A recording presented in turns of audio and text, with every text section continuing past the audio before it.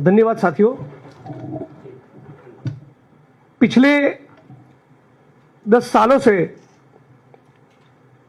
कमजोर लोगों के ऊपर आरएसएस के लोगों ने जिस प्रकार से उत्पात मचाया है, जिस प्रकार की मोदी अमित शाह भाजपा की राजनीति हम लोगों ने देखी है, जितने भी इस मुल्क में संविधान में मानने वाले लोग हैं, प्रगतिशील विचारधारा से सरोकार रखने वाले लोग हैं, विशेष तौर पे दलित, आदिवासी, ओबीसी समुदाय से आने वाले लोग हैं, उनको इस बात को लेकर कोई कंफ्यूजन नहीं कि मोदी, अमित शाह, आरएसएस और भाजपा बाबा साहब अंबेडकर के संविधान में नहीं, केवल मनुस्मृति के संस्कारों में, मनुस्मृति के मूल्यों में यकीन रखते हैं। पास्ट में वो ये कह भी चुके हैं कि डॉक्टर बाबा साहब अंबेडकर के संविधान को समंदर में फेंक दो। ये लिख भी चुके हैं कि हमें भारत का संविधान नहीं, मनुस्मृति चाहिए। ये संघ परिवार के लोगों ने बकायदा लिखा हुआ है। और इसी सोच के कारण पिछले कुछ सालों के दौरान हम लोगों ने देखा कि दिल्ली की सड़कों पर संविधान की कॉपी को जलाया गया। हमने देखा कि किस प्रकार से रोहित वेमुला को आत्महत्या के लिए मजबूर किया गया, जिसको हम सांस्थानिक हत्या कहते हैं। हमने देखा कि किस प्रकार से बलात्कार का शिकार बनी हाथरस की बेटी का शव अंतिम दर्शन के लिए उसके परिवारजनों को नसीब नहीं हुआ। हम लोगों ने देखा कि किस प्रकार से गुजरात के ऊना में गाड़ी के साथ बांधकर 4 दलित युवकों को तब तक पीटा कि जब तक उनका चमड़ी न उतर जाए। नक्सलाइट बोल के भीमा कोरेगांव के केस में प्रतिबद्ध, कमिटेड, कर्मठ आंबेडकराइट्स को 3-3 साल तक जेलों में डाला। मोदी जी के खिलाफ एक ट्वीट करने पर गुजरात से आसाम 2500 किलोमीटर की जेल में डालकर महिला पुलिस को मेरे बगल में बिठाकर मॉलेस्टेशन का फर्जी केस करवाया। अंबेडकर नामा चलाने वाले प्रोफेसर रतनलाल जैसे साथियों के ऊपर भी फर्जी मुकदमे हुए। इसी सोच के कारण पार्लियामेंट के मंच से अमित शाह ने भी कहा कि अंबेडकर अंबेडकर अंबेडकर करना आजकल फैशन बन गया है। मानो एक बहुत ही डीप रूटेड कोई घृणा हो, नफरत हो, उस प्रकार के भाव और टोन के साथ अमित शाह ने बाबा साहब अंबेडकर के लिए इस प्रकार के शब्दों का प्रयोग किया था। मतलब कि यह दिखाता है कि उनकी रगों में सिंदूर हो न हो, इन संघी भाजपाइयों की रगों में मनुस्मृति की धारा जरूर बहती है। और यही कारण है कि हम देखते हैं कि बिहार में 11 साल की दलित समाज की बेटी पर बलात्कार होता है। चाकू से उसके गले काटने की, उसके अंगों को काटने की कोशिश होती है। वो जीवन मरण के बीच में तड़प रही है और फिर भी उसको एक बेड नसीब नहीं होता। 5 घंटे तक उसको एम्बुलेंस में बैठे रहना पड़ता है।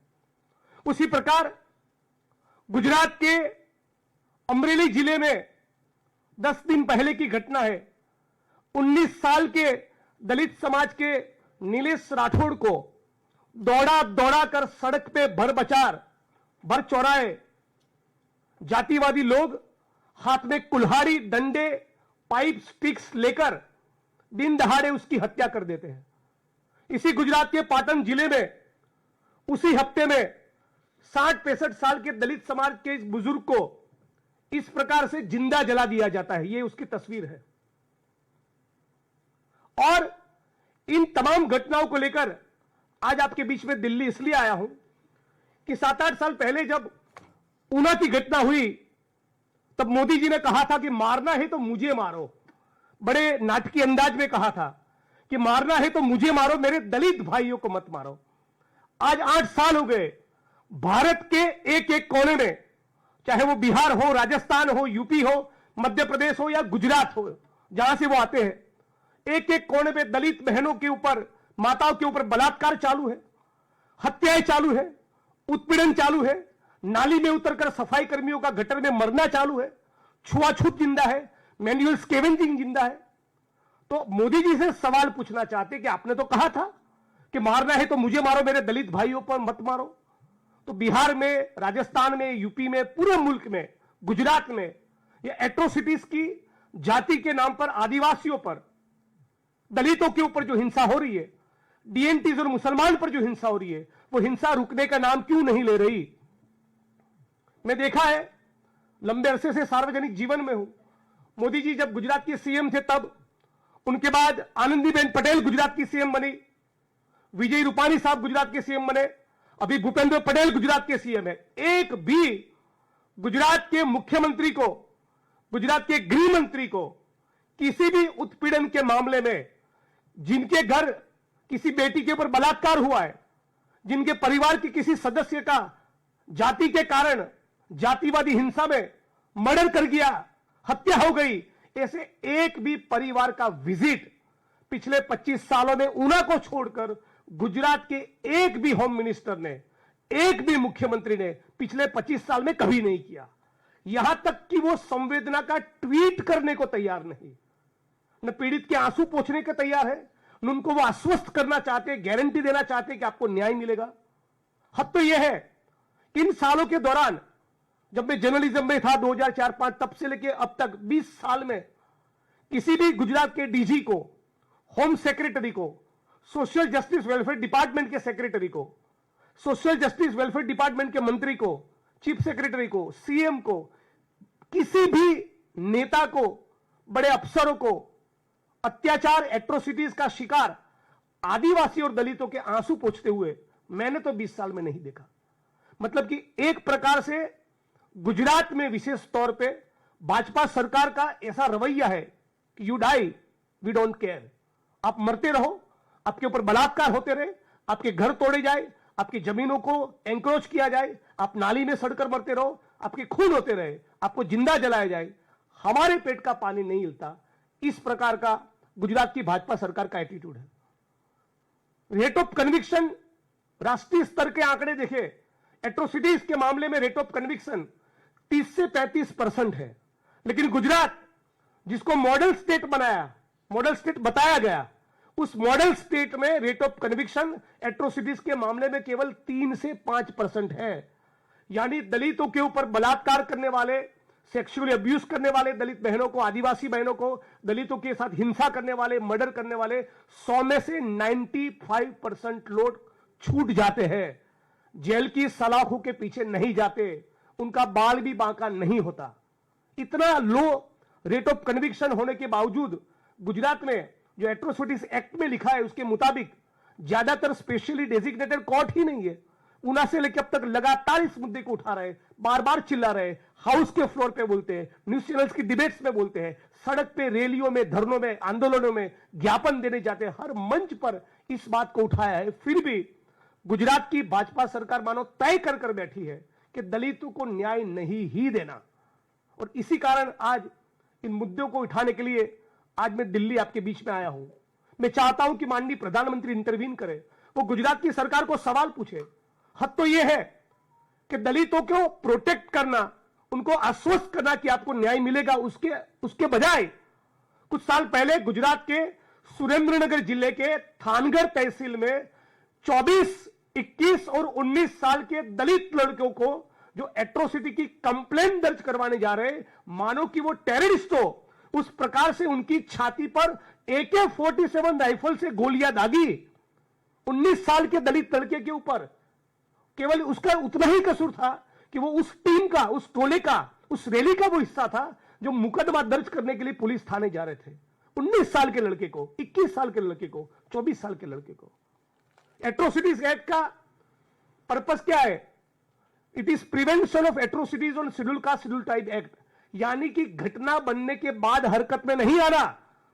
दलितों के ऊपर, आदिवासियों के ऊपर स्वतंत्र भारत में, जहां पर संविधान लागू हो, उस मुल्क में कोई भी व्यक्ति हिंसा करने की, डिस्क्रिमिनेशन करने की हिम्मत ना करे, इसको सुनिश्चित करने के लिए कानून है। लेकिन कम से कम 6 ऐसी वारदातें तो मुझे पता है जिसमें शेड्यूल ट्राइब, शेड्यूल कास्ट के लोगों ने तहसीलदार को, एसडीएम को, कलेक्टर को, एसपी को, लोकल पुलिस स्टेशन को लिखित में दिया था कि प्लीज हमको पुलिस प्रोटेक्शन दीजिए वरना हमारा मर्डर होगा। और फिर भी 6 घटनाओं में उनके मर्डर हो गए।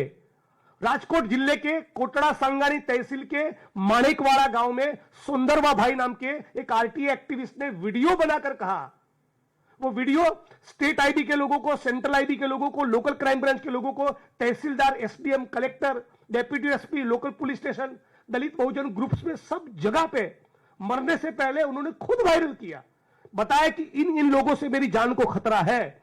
फिर भी उस सुंदरवा भाई को, जो आरटीए एक्टिविस्ट थे, उनको जिनकी जान से खतरा था, उनके खिलाफ न कोई प्रिवेंटिव एक्शन लिया, न उनको पुलिस प्रोटेक्शन दिया।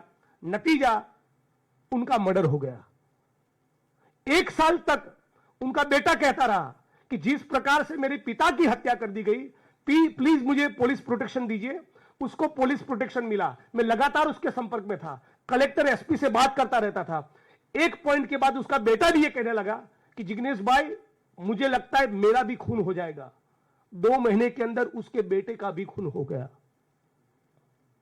अहमदाबाद जिले के अंदर धंधुका तहसील में एक दलित समाज के व्यक्ति ने दोबारा कहा था लिखित में, राजकोट की घटना की तरह, कि मेरा भी मर्डर होगा, प्लीज मुझे पुलिस प्रोटेक्शन दीजिए। उसको भी पुलिस प्रोटेक्शन नहीं मिला, उनका भी खून हो गया। उनकी बहन कांग्रेस की कार्यकर्ता थी, प्रवीणा बहन, वो गुजरात हाईकोर्ट में स्पेशल क्रिमिनल एप्लीकेशन दर्ज करवाती है, सीबीआई और सीआईडी क्राइम से जांच मांगती है। वो एक दिन जब हाईकोर्ट से धंधुका अपने गांव वापस जाती है तो किसी गाड़ी ने टक्कर मारकर उनकी हत्या कर दी। 2-4 महीने पहले की, कुछ चंद महीनों पहले की बात है, सुरेंद्रनगर जिले के चुड़ा तहसील के समडियाड़ा गांव में विदेश में बसने वाले 2 दलित भाई अपने गांव वापस लौटते हैं। अपने खेत खलियान की परिस्थिति देखने जाते हैं तो वहां उनको धमकी मिलती है, जाति सूचक गालियां देते हैं। फिर वो भी लिखित में देते हैं, तहसीलदार को, एसडीएम को, एसपी को, कलेक्टर को बार बार लिखते हैं, फोन कॉल्स करते हैं कि इस तारीख को इतने बजे हमारी जमीन हम कल्टीवेट करने जाएंगे, ये लोग धमकी दे रहे हैं, प्लीज हमको पुलिस प्रोटेक्शन दीजिए, सामने वालों के खिलाफ कुछ एक्शन करिए।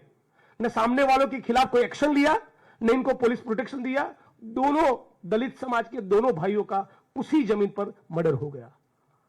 ऐसी 6 घटनाएं तो मैं खुद उसका मैं साक्षी रहा हूं। मतलब कि आपको एट्रोसिटी एक्ट के तहत इस प्रकार की घटना ना हो, वो सुनिश्चित करना है। यहां पर तो लिखकर दलित और आदिवासी कह रहे कि हमारा मर्डर होगा, बहुत सीवियर किस्म का असोल्ट होगा, फिर भी आप मरते रहो, हमारे पेट का पानी नहीं हिलता। इस प्रकार के गुजरात की पुलिस का, प्रशासन का, भाजपा की सरकार का एटीट्यूड हो गया है। एक किस्सा आपके बीच में रखना चाहूंगा। गुजरात के संतरामपुर जिले में 11 दिन तक 8-10 लोगों ने मिलकर शेड्यूल कास्ट की एक लड़की को, दलित महिला को किडनैप करके उसके ऊपर गैंगरेप किया। 11 दिन तक 3 उसमें भाजपा के कार्यकर्ता शामिल थे। बड़ी मुसीबतों के बाद वो लड़की वहां से भागकर पुलिस थाने पहुंचती है। संतरामपुर पुलिस थाने में गैंगरेप की कंप्लेंट दर्ज करवाती है, ऑफेंस दर्ज होता है, मुकदमा दर्ज होता है। लेकिन जैसा ही वो भाजपा के कार्यकर्ताओं को पता चलता है कि गैंगरेप की इस कंप्लेंट में उनका भी नाम है, तो तहसील लेवल की एक महिला कार्यकर्ता को पुलिस थाने भेजकर उस लड़की को वहां से उठवाकर दूसरे तहसील में ले जाकर उसी घटना का, गैंगरेप का दूसरा एफआईआर दर्ज करवाते, उस प्रकार से जिसमें उन भाजपा के 3 नेताओं का नाम नहीं। और पहला जो गैंगरेप का शिकायत दर्ज हुआ था, जिसमें भाजपा के 3 नेताओं का, कार्यकर्ताओं का नाम था, उस एफआईआर को पुलिस सब इंस्पेक्टर और एएसआई मिलकर स्टेशन डायरी के पन्ने के साथ बकायदा फाड़ देते हैं। गुजरात में गैंगरेप की शिकार दलित समाज की बेटी, उसकी एफआईआर की कॉपी को पुलिस स्टेशन के रिकॉर्ड से दूर किया जाता है, एफआईआर की कॉपी को फाड़ देते हैं। पूरा मामला वालजीभाई पटेल नाम के दलित राइट्स एक्टिविस्ट को पता चलता है। एट द एज ऑफ 80 उस मामले को उठाते हैं, एसपी उसमें इन्वेस्टिगेशन करता है। आपको जानकर हैरानी होगी कि गैंगरेप की एफआईआर फाड़ देना कितना संगीन मामला है। तो एफआईआर फाड़ने वाले असिस्टेंट सब इंस्पेक्टर और पुलिस सब इंस्पेक्टर के खिलाफ एसपी साहब क्या करते हैं, मुकदमा दर्ज करने के बजाय 2 इंक्रीमेंट रोककर केवल 3000 का दंड करके छोड़ देते हैं। मतलब कि दलित समाज की बेटी यदि बलात्कार का, सामूहिक बलात्कार का शिकार हुई और यदि इस मामले में दर्ज एफआईआर को फाड़ दिया, रिकॉर्ड से डिस्ट्रॉय कर दिया, तो उसकी गुजरात में क्या सजा है? केवल 3,000 रुपए का दंड। नेहा कुमारी दुबे नाम की गुजरात के महिसागर जिले की कलेक्टर महोदया सरकारी तालुका स्वागत के कार्यक्रम के डायस पर से शेड्यूल कास्ट के एक लड़के को, वो शेड्यूल कास्ट से बिलोंग करता है, ये जानते होते हुए भी हरामी साला बास्टर्ड कहती है, डायस पर से, सरकारी कार्यक्रम के मंच पर से। और फिर ये कहते हैं कि तुम दलितों को, आदिवासियों को आदत है कि 90% केस एट्रोसिटीज क्या ब्लैकमेलिंग के लिए करते हो। आज उस बात को 8 महीना हो गया, न उसके खिलाफ कोई डिपार्टमेंटल इंक्वायरी, न उसके खिलाफ कोई एफआईआर, न कोई जांच, न गिरफ्तारी। आज गुजरात पब्लिक सर्विस कमीशन, वहां पर जो लोग, जो स्टूडेंट्स ओबीसी, आदिवासी, दलित बैकग्राउंड के जो स्टूडेंट्स हैं, वो रिटर्न में 100 में से यदि 90 मार्क्स लाते हैं तो साक्षात्कार में, ओरल में उनको 5 मार्क्स देते हैं, और जिनका रिटर्न में 60 या 65 गुण आया है उनको ओरल में 45 देते हैं। तो गुजरात पब्लिक सर्विस कमीशन भी जातिवाद का अड्डा बन चुका है, और वहां पर इंटेंशनली, जानबूझकर, सोची समझी साजिश के तहत आदिवासी, ओबीसी, दलित समाज के एकलव्यों का अंगूठा काटा जा रहा है। मैं उम्मीद करता हूं आज आपके सामने जो बातें रखी, देश के प्रधानमंत्री गुजरात से है, देश के गृह मंत्री अमित शाह गुजरात से है, वैसे तो उनकी रगों में मनुस्मृति की धारा बहती है, तो बहुत ज्यादा उम्मीद नहीं है, लेकिन फिर भी उनको कहना चाहूंगा कि कृपया गुजरात की सरकार से संवाद करें, आंबेडकराइट मूवमेंट के लोगों के साथ बैठे, हम जैसे जनप्रतिनिधि जो कांग्रेस से चुनकर आए उनके साथ बैठे, और जितने भी मामलों में इस प्रकार से पुलिस प्रशासन की लापरवाही रही है, उन अफसरों के खिलाफ कार्रवाई हो। गुजरात की भाजपा सरकार को बोला जाए कि दलितों के उत्पीड़न के मामले में मुंह खोले। आखिरी में यह कहना चाहूंगा कि मुख्यमंत्री गुजरात के अपने आप को मृदु कहते हैं, सॉफ्ट स्पोकन कहते हैं, दलितों के साथ उनको बैठना तो नहीं है, लेकिन राजकोट जिले के गोंडल तहसील में दलित समाज के 22 साल के युवक को नग्न करके, उसका वीडियो बनाकर किडनैप करके उसको पीटा, तो जो पीड़ित है उसके घर अपनी संवेदना व्यक्त करने के लिए मुख्यमंत्री नहीं गए, लेकिन जो अक्यूज है, जिसने दलित समाज के व्यक्ति को किडनैप करके, नग्न करके घुमाया, उसका वीडियो बनाया, उसके वहां एक फंक्शन में सेलिब्रेशन के लिए गुजरात के मुख्यमंत्री जाते हैं। तो यह है उनके सबके साथ सबके विकास की सच्चाई। आने वाले दिनों में अगस्त सितंबर में इन सारे एट्रोसिटीज के मामलों को लेकर जीपीएससी में जिस प्रकार से आदिवासी, ओबीसी, दलित स्टूडेंट्स के एकलव्यों का जो अंगूठा काटने का पूरा जो ये षड्यंत्र चल रहा है, उनके खिलाफ एक बहुत बड़ा मोर्चा गुजरात में हम लोग प्लान कर रहे हैं। तो ये बात आपके बीच में रखनी थी।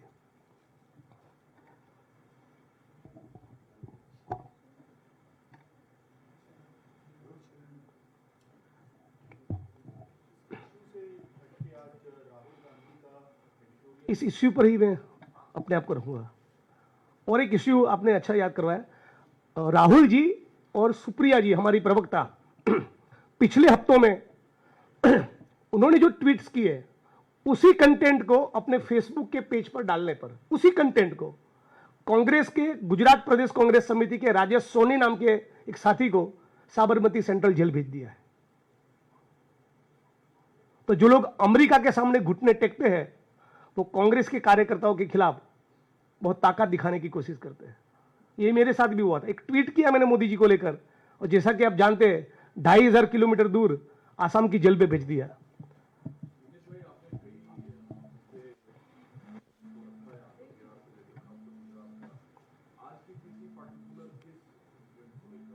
ये सारे मामलों को लेकर है। ये ओवरऑल गुजरात की भाजपा सरकार का, भारत सरकार का जो एंटी दलित, एंटी आदिवासी, एंटी ओबीसी रवैया है, और विशेष तौर पे उत्पीड़न के मामले जो बढ़ते जा रहे हैं, इन मुद्दों को लेकर है।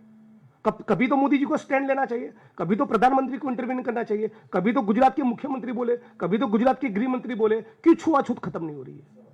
क्यों माथे सर पे मैला ढोने की प्रथा खत्म नहीं हो रही? क्यों एट्रोसिटीज के मामले में, एक भी मामले में, मोस्ट ऑफ द केसेस में न्याय नहीं मिल रहा है? जब शेड्यूल कास्ट के लोग लिखकर कह रहे कि हमारा मर्डर होगा, तब तो प्रोटेक्शन दो। एक कांस्टेबल आपको भेजना है, जो धमकी दे रहा है उसके खिलाफ प्रिवेंटिव एक्शन लेना है, उसको 2-4 घंटे पुलिस थाने बिठाना है। इतना करने से किसी की जान बच जाती। 6 लोगों की हत्या हो गई है। हजारों एकड़ दलितों की जमीन गुंडों के कब्जों में है। कभी दोबारा उसके ऊपर मैं गहराई से बात करना चाहूंगा।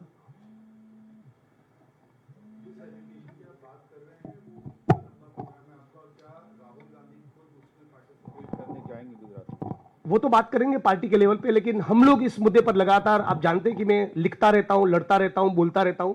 वो कोई एक दिन का या हफ्ता 10 दिन का काम है नहीं, वो लंबी लड़ाई, ये लड़ते रहेंगे। लेकिन अगस्त सितंबर में एक बड़ा मोर्चा इस सरकार के खिलाफ हम लोग प्लान करने का सोच रहे हैं। एटलीस्ट जिन केसेस में लिखकर बोला था दलितों में कि हमारी हत्या होगी और फिर भी प्रोटेक्शन नहीं मिला, तो उसके लिए जो अफसर रिस्पॉन्सिबल है उनके खिलाफ भी कुछ कार्रवाई होनी चाहिए। वो भी कुछ नहीं हो रहा है। कलेक्टर वगैरह डायस पर से दलितों को गाली दे रहे हैं, सरकारी कार्यक्रम के मंच पर से, उसका सरकार कोग्निजेंस नहीं ले रही है। बहुत सीरियस केस है। गुजरात को मॉडल बनाने की बात चल रही थी, राहुल गांधी वहां गए थे, अधिवेशन हुआ था, जिला अध्यक्षों को एम्पावर करने की बात कही गई थी। उसका ये कहा गया था कि पिछले महीने तक तय हो जाएगा कि क्या लिस्ट होगी क्या नहीं। उसमें देरी हो रही है, उसकी वजह आपको क्या लगती है? अच्छे चयन में कभी कभी देरी होती है, प्रोसेस चल रहा है, बहुत संजीदा तरीके से चल रहा है, अच्छा नतीजा आएगा।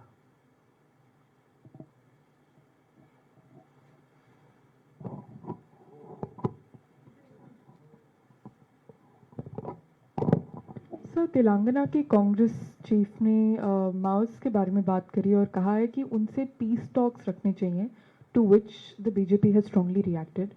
तो क्या आप इस स्टेटमेंट से सहमत हैं और क्या आपका बयान क्या रहेगा इस पर? मैं अभी इस पर कोई कमेंट नहीं करूंगा। कुछ सवाल पवन खेरा जी के लिए छोड़ दीजिए।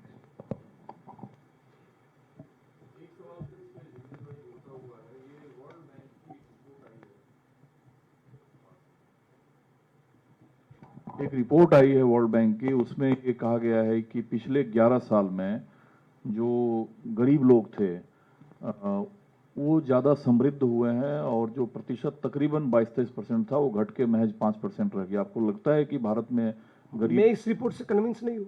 100 में से 40-45 बच्चे आज भी कुपोषित हैं। 100 में से 50-55 बहनें आज भी एनीमिक है। हजारों लाख स्टूडेंट्स, बेरोजगार युवा, किसान सुसाइड कर रहे हैं। समृद्धि हुई, करोड़ों लोग राशन पर, सरकारी राशन पर निर्भर है। एक किसान की, केवल किसानी की आज आय 27 रुपये है एक दिन की। किसान परिवार की इनकम 10,200 रुपये है।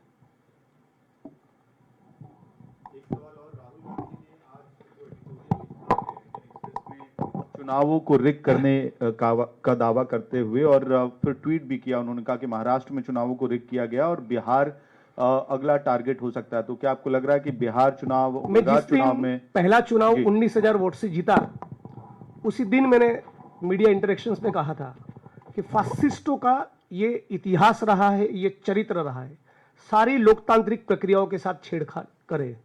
तो चुनाव की जो प्रक्रिया है उसमें भी कर सकते हैं। और इसीलिए तब भी मेरा स्टैंड था कि यदि मुझे बैलेट और ईवीएम में चूज करना है, मेरी व्यक्तिगत राय थी, तो मैं तो बैलेट पसंद करूंगा। ईवीएम के खिलाफ बहुत स्केल पे खड़गे साहब ने भी पिछले दिनों अपने अप्रीहेंशंस दिखाए थे। और गुजरात में मैंने चुनाव में देखा है, कांग्रेस के जो विधायक चुनाव लड़ते तो उनके खिलाफ पूरी ED, CBI, income tax, police के अफसर, रेवेन्यू ऑफिसर्स, रियल एस्टेट के माफिया, फर्जीवाड़ा करना, गलत लोगों की वोटिंग लिस्ट में एंट्री करना, कुछ वोटर्स डिलीट करना, ये सब पूरे कर्नाटका में भी हुआ है, राजस्थान में भी हुआ है, महाराष्ट्र में भी हुआ है।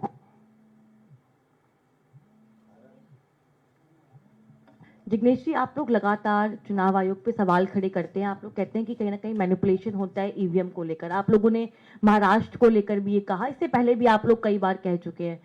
क्या विधानसभा चुनाव जो आगे होंगे, कांग्रेस पार्टी तय क्यों नहीं करती कि हम अगर ईवीएम चुनाव होंगे तो कांग्रेस पार्टी चुनाव नहीं लड़ेगी? आप लोगों की डबल स्टैंडर्ड क्यों है कि आप चुनाव लड़ते भी हैं फिर आप आरोप भी लगाते हैं? डबल स्टैंडर्ड की बात नहीं। देखिए, किसी सिस्टम को सुधारने की बात है, सिस्टम को पूर्ण रूप से खारिज करने की बात नहीं है, ठीक है। और हम लोग जो कह रहे हैं, राहुल जी ने जो एडिटर लिखा है उसको सब्सटेंशिएट करने वाला डेटा है उनके पास, एविडेंस है। बहुत से मामलों में धांधली हुई है। कुछ कुछ जगहों पर, यदि मैं गलत नहीं तो महाराष्ट्र में तो 12, 16, 15 साल के युवक युवतियों को भी वोटर के तौर पे दर्शाया, उन्होंने वोटिंग किया, ऐसा भी किसी के पास लिस्ट था, मैंने सोशल मीडिया में देखा है। तो धांधली हो ही रही है, पूरा मुल्क जानता है। तो धांधली के खिलाफ हम लोगों की लड़ाई है, ठीक है। थैंक यू साथियों।